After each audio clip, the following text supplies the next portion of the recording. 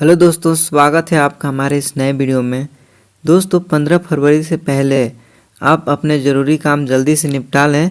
अगर आप बुजुर्ग, विधवा या विकलांग पेंशन प्राप्त करते हैं तो दोस्तों आगे हम आपको सभी काम बताएंगे जिसे आप करके अपना पेंशन पुनः प्राप्त कर सकेंगे।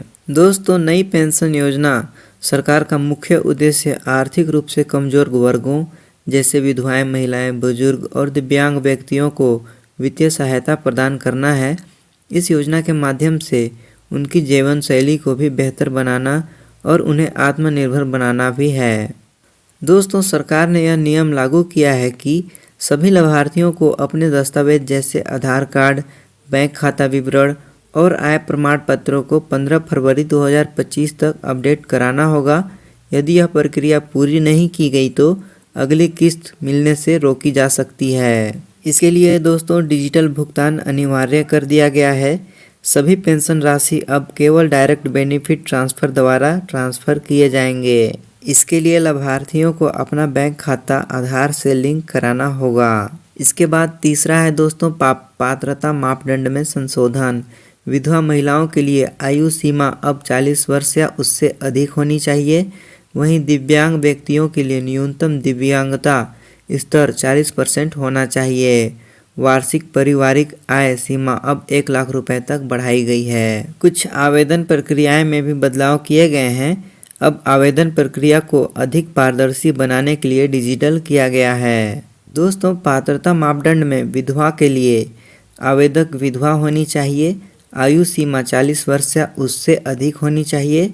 आवेदक किसी अन्य सामाजिक सुरक्षा योजना का लाभ नहीं ले रही हो, ये भी सुनिश्चित होनी चाहिए। इसके साथ ही दूसरा, वृद्धा पेंशन के लिए आवेदक की आयु 60 वर्ष या उससे अधिक होनी चाहिए। आवेदक गरीबी रेखा यानी बीपीएल परिवार का सदस्य होना चाहिए। वहीं परिवार की वार्षिक आय 1 लाख रुपए से कम होनी चाहिए। दिव्यांग पेंशन के लिए दोस्तों न्यूनतम विकलांगता स्तर 80% होना चाहिए। आवेदक की आयु 18 वर्ष या उससे अधिक होनी चाहिए। आवेदक गरीबी रेखा से बिलोंग करता हो। इसके अलावा दोस्तों कुछ आवश्यक दस्तावेज देने होंगे जैसे आधार कार्ड, बैंक खाता विवरण, आय प्रमाण पत्र, विकलांगता प्रमाण पत्र दिव्यांग व्यक्तियों के लिए और पति का मृत्यु प्रमाण पत्र विधवा महिलाओं के लिए।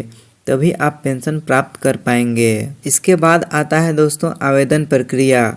इसके लिए आप ऑनलाइन आवेदन करेंगे। संबंधित राज्य सरकार की वेबसाइट पर जाकर पेंशन योजना सेक्शन में जाकर फॉर्म भरें। सभी आवश्यक दस्तावेज अपलोड करें।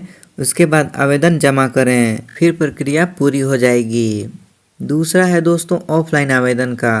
नज़दीकी पंचायत कार्यालय में जाएं या फिर सामाजिक कल्याण विभाग में जाएं। वहां पर फॉर्म प्राप्त करें और भरकर आवश्यक दस्तावेज को जमा करें।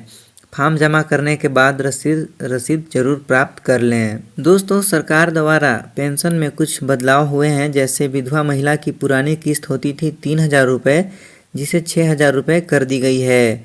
गंभीर रूप से दिव्यांग पहले 5000 रुपये थी, जिसे बढ़ाकर 10,000 रुपये किया गया है। और वृद्धा व्यक्ति के लिए पहले 2000 रुपये था, जिसे बढ़ाकर 4000 रुपये किया गया है। अगर आप सरकार द्वारा दिए गए निर्देश का सही तरीके से पालन करते हैं तभी आप इस योजना का लाभ उठा पाएंगे।